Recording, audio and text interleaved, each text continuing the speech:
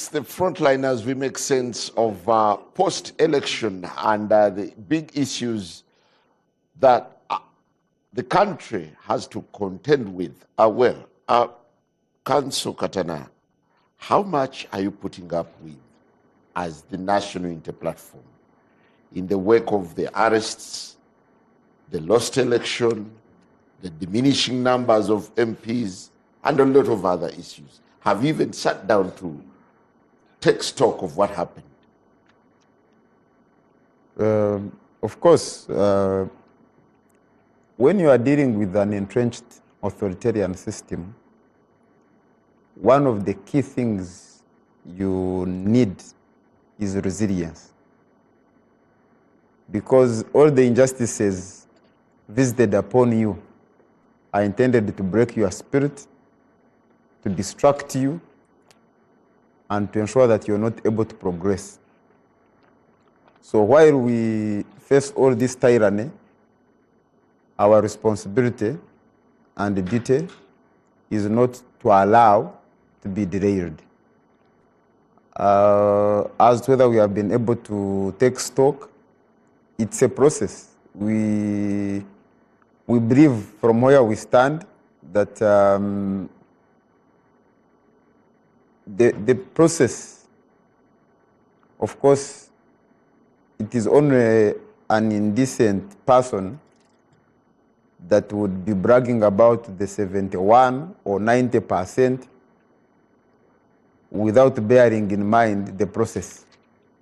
Do you concede defeat? Of course we don't. We have been on record that we don't, because we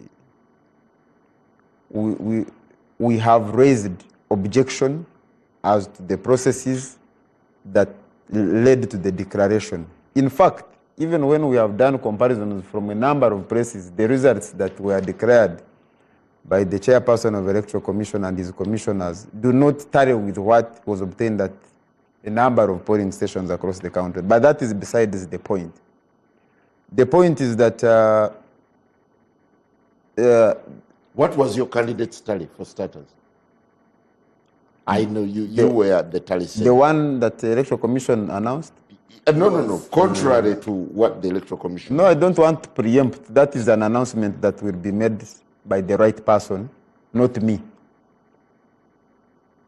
So was Chagulanyi's election rigged? Certainly. What was his margin? No, that is a simplistic way of approaching this. Rigging is not about just figures. But I have told you that, of course, for us, we are not a reactionary group that you come and say, now for us, we have 20 or 30. There's a process. We are auditing, and at the right time, the party will speak to the nation. I'm sure you have noticed that we have not even had a press conference as a party. So at an appropriate time, we will do that. And not even your prompting will make me... Yes. Yes. Yeah, and there's an explanation. The level of organization. There's an explanation, but I don't want to be distracted by that. Across the country, most of our agents were being picked. Even the coordinators who were taking them letters and resources were being arrested. But that is, I believe, a story for another day. The authoritarian regimes allocate themselves big percentages. Hosni Mubarak, I think, would make this one look like a poor score, and several others. But as long as these figures are a result of a process that has been messed up and are not a reflection of an accurate picture of what transpired at polling stations, the figures don't mean much. You can go and even swear yourself in and brag that you have got 90%. Could there be a possibility that Chagulanyi won? Yes. By what percentage? But I've already answered that question, that at an appropriate time, the figures will be given to you. If you only want me to say figures or no figures, you can tell me to keep quiet, but I've given you an answer. They are still counting. That at an appropriate time, the person that is supposed to do that will make the... You were at the tally. You were at the Tally Center, Yes, right? yes. And you're very well addressed to whatever happened. Was there your counting DR at, form, was there counting at the Tally Center?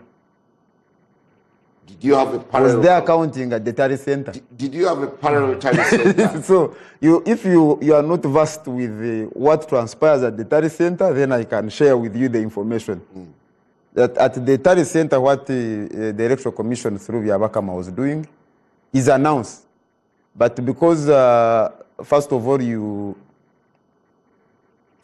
is even no opportunity for different candidates at that particular time and their agents. In fact, we even raised the question that what is the essence of having this occasion of inviting people to come here for just a ceremony, because there should be an opportunity for people to say that in this place, this was our score, like it happens at the district Tally centers, but there's no such an opportunity. They don't speak to anybody, they come and announce what they have announced and they walk away. So for now, what do your tallies reveal?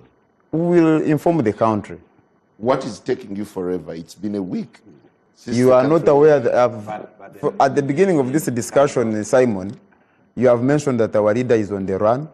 You have mentioned that our deputy presidents are on the run. We have mentioned that our various leaders, including people that do that, perform that responsibility, are in jail. So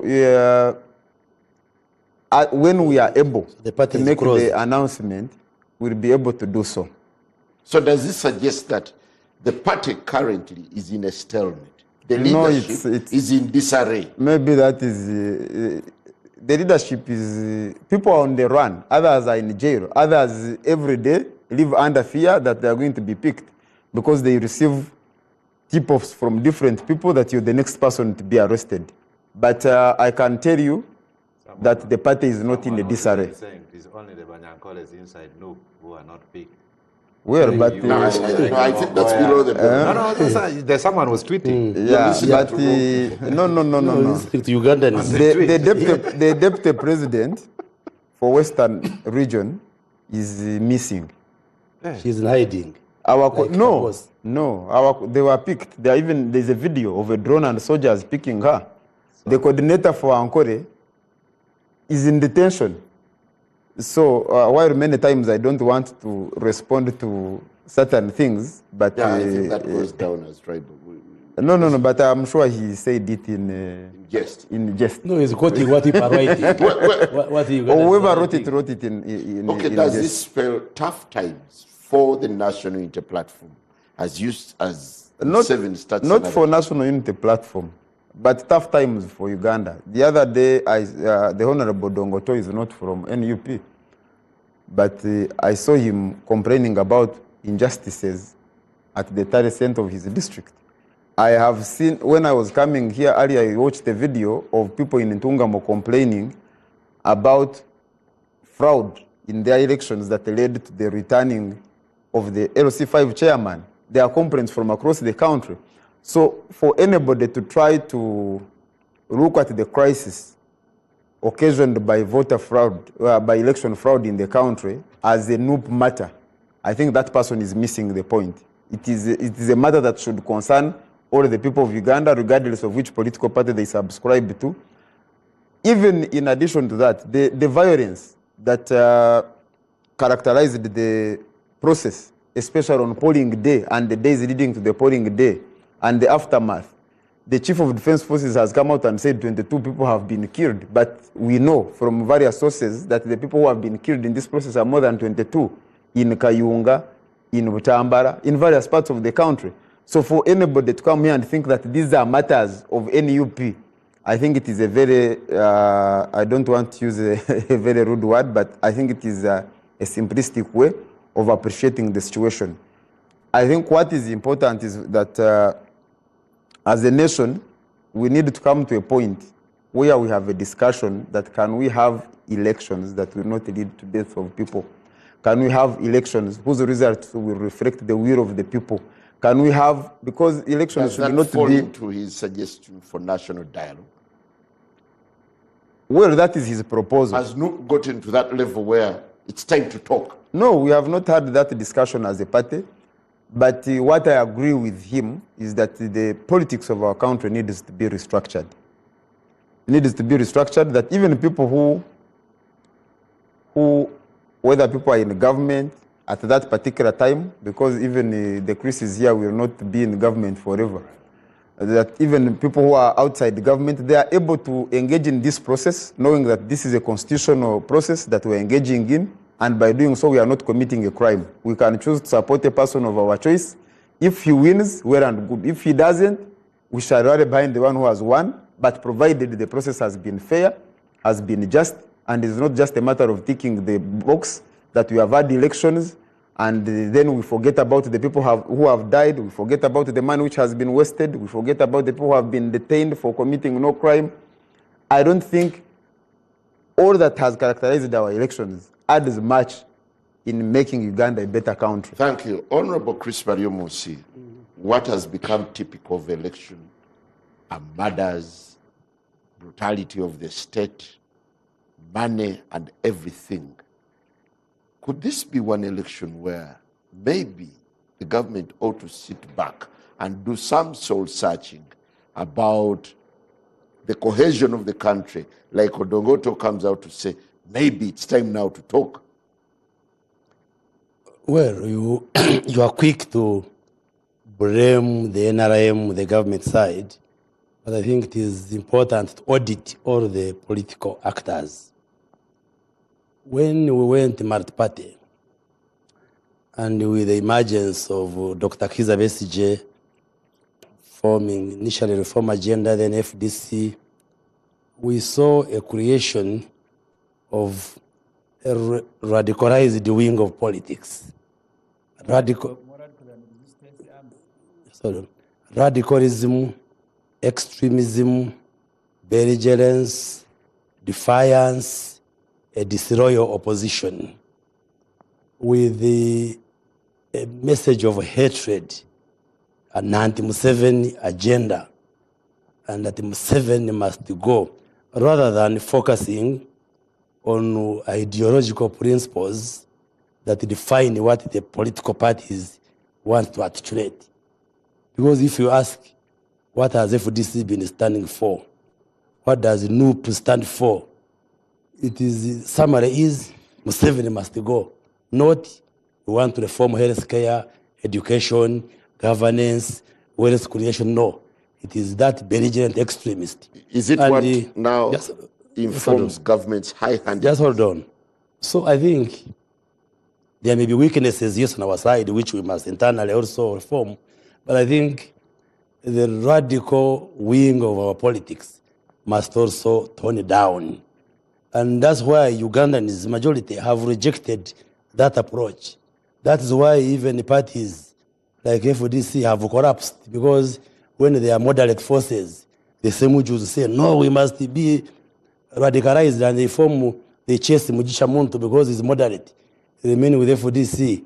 The moderates, the Nandaras are chased, they say you are Moors. They form BFF, and you can see the party has collapsed on its own weight. The same NUP does not learn from that. It forms the party, people power, you start beating people who are putting on yellow and so forth without articulating your vision, so that Ugandans can choose between what has NRM marketed to us, what is this party marketing to us. So that radicalism will not work. And of course, Newton's law says to every action, there will be an equal and opposite reaction. Now, if you are a party and for you are proposing violence, you will definitely be 100. It is a fire which is used to handle fire. Now, when people You're justifying violence, right? Hold on. In 2018... No. Are you justifying state violence? Just wait. Let me justify by explaining. In 2018, when the Katanas wanted to ban Kampala by beating whoever is putting on yellow, by unaddressing women who are putting on innocent yellow blouses on the streets of Kampala, all of us were here. Did you want the army and security forces to put a red carpet for people, power goons who are beating people? They had to come in to quell that kind of violence. So I think it takes two to tango. We should all tone it down and say we want a better Uganda. We may be using different approaches to reach there, but we can sit and tone. Now, two, What would it take for government to extend an olive branch in the name of national peace and yes. cohesion? Before I answer that, I thought to make a comment that when I was arrested, as Simuju said, somebody rang me from Parliament and said they are going to arrest you. Please go into hiding. That time when 2012, I said, okay, I will go where I'm going, let them arrest me. And they arrested me. So for Chaguranyi, even if somebody had said, I want to kill you, if I was him, me, Bariomunsi, I would say, come and kill me. And you come and kill, oh, if CDF said, I want to arrest you, he said, you come and arrest me. But to go into hiding, for us, Bachiga, it's a sign of cowardice.